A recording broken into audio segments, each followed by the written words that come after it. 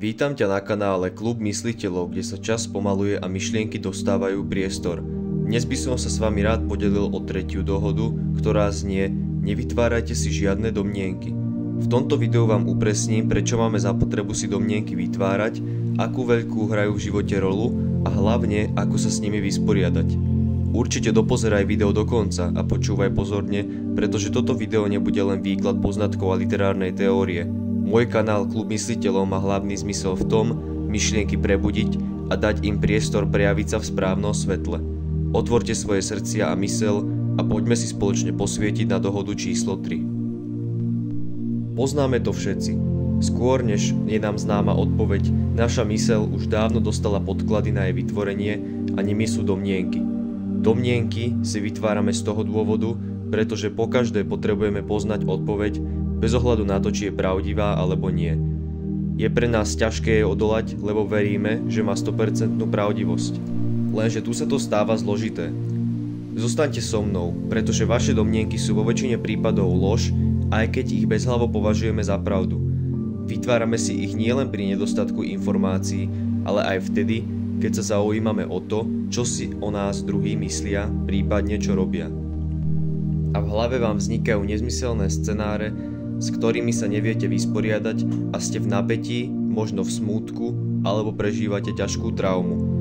Problém je, že naše domnienky vytvára náš najväčší nepriateľ, samotné ego, ktoré má sklon pripisovať veciam ich význam, všetko zveličovať, vytvárať zbytočné konflikty a zároveň nás vzdialuje od nášho pravého ja. Zamyslite sa nad tým. Koľkokrát ste si vytvorili domnienku, kvôli ktorej ste sa s niekým pohádali, pretože ste mu neverili a vy ste sa domnievali, že pred vami niečo tají alebo vás klame. Hádky, rozpad vzťahu, rozvody, nenávisť, ohováranie, násilie a častokrát zabíjanie, aj tam hrajú rolu domnienky, ktoré produkuje už spomínané ego. Ako často sa domnievate, čo osoba asi mohla povedať, ale naisto sa jej radšej nespýtate, pretože máte strach. Prípadne je vám to trápne, tak ste radšej ticho. Jej výpoveď si prikreslíte podľa svojej fantázie a hneď vznikne nedorozumenie, ktoré môže vyvrcholiť do tragédie.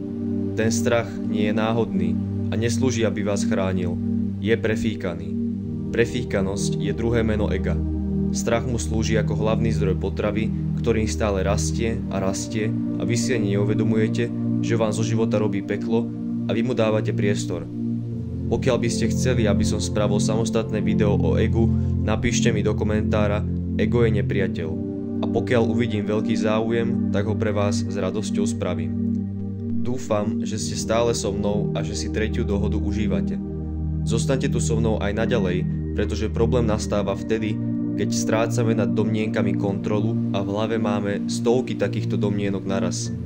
Don Miguel Ruiz to nazýval mitote, čo zo španielčiny znamená chaos. Mitote je chaos v myšlienkach, kde viac funkcií mysle pracuje naraz alebo sú rozptýlované viacerými faktormi. Spôsobuje, že všetko nesprávne interpretujeme a ničomu nerozumieme. Veď ľudská myseľ je predurčená k tomu, aby neustále hľadala odpoveď, poznanie a najmä pravdu. Lenže pravda sa ťažko pomocou domnienok hľadá. Problém nastáva vtedy, keď sme so svojou domnienkou natoľko stotožnení, že nechceme poznať skutočnú pravdu a sme ochotní si ju obhajovať za cenu svojho pokoja. Ego vytvorí domnienku, ktorú prostredníctvom slov interpretujeme a pomocou emocionálneho filtru ju podávame svetu s istým zámerom a takto rýchlo sa domnienky šíria svetom. Základom je vedieť, že tretia dohoda je stavaná na prvej a druhej dohode. Bez slov, ktoré poznáme, by nemohla vzniknúť domnienka, a takisto by sme ju nedokázali interpretovať. Keby nerozlišujeme postavy v našom príbehu a všetkých by sme hádzali do jedného vreca, pravdepodobne by sme si o každom mysleli to isté. Nemôžeme si brať nič osobne, pretože by to viedlo k ďalšej a ďalšej domnienke, ktorej bremeno nie ste povinní si niesť. Vyskúšajte niekedy toto cvičenie. Ak sa ocitnete v situácii, keď si nemáte s niekým čo povedať a vy sa silou mocou snažíte osobu zaujať alebo začať konverzáciu, vsadím sa, že väčšina z vašich slov tvoria za vás domnienky. Zamyslite sa, či má vôbec cenu ju interpretovať druhej osobe. Dajte si čas na premyslenie, či je vôbec myšlienka pravdivá a či by nebolo rozumnejšie si ju ponechať pre seba. Niekedy ticho znamená viac ako prázdne slová. Zostaňte ticho, pretože práve v tom tichu je priestor, kedy zistíte, že záujem nie je len na vašej strane. Možno vám domnienka šepká, že osoba ju potrebuje počuť a pritom spravíte viacej škody ako úžitku. Pozorujte sa, čo to ticho s vami robí a pozorujte aj myšlienky v hlave, ako sa snažia vás presvedčiť, aby ste im dali priestor. Toto cvičenie vám pomôže zastaviť silu domnienok a ega nad vaším konaním. Stalo sa vám niekedy, že ste išli po ulici a pred vami išlo krásne dievča, vaše pohľady sa stretli a ona sa na vás usmiala? Než ste si stihli uvedomiť, čo sa vlastne stalo, v hlave vám už bežalo predstavenie s názvom Moja budúca manželka. Predstavujete si, ako idete spolu von, zažívate romantické chvíľky a potom, ako sa zbližujete, uzavriete manželstvo a založíte si rodinu. Aj takúto silu majú domnienky.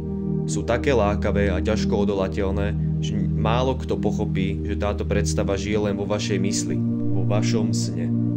Častokrát domnienky sú zdrojom vytvárania konfliktov vo vzťahoch. Váš partner, prípadne aj vy si veľakrát poviete: na čo mu to budem rozprávať, veď on to musí vedieť. Potom sa urážate a hádate, spochybňujete fakty a vymýšľate situácie, ktoré sa nikdy v živote nestali. Našťastie však existuje spôsob, ako sa vyvarovať domnienkam a ním je kladenie otázok. Kladenie otázok, aj keď možno primitívnych alebo pre niekoho otravných, je ťažký, ale zmysluplný krok k osobnej slobode a k vašej múdrosti. Tým, že budete klásť otázky a všetko si utvrdíte, nebudete mať zapotrebu si domnienky vytvárať a to pre vás znamená radostnejší a spokojnejší život. Ako hovoril stoický filozof Epiktétos, odstrán domnienku, že niečo vieš, lebo je nemožné, aby sa niekto začal učiť tomu, o čom sa domnieva, že to už pozná. Ak sa dokážeš pýtať, si imúnny voči realite a názory druhých ťa nedefinujú. Získaš informácie, ktoré sú poddané realitou a nie len tvojimi domnienkami. Ak sa dokážeš pýtať sám seba, domnienky a tvoje myšlienky už budeš iba pozorovať a sám sa vedome rozhodneš, akou cestou sa vydáš.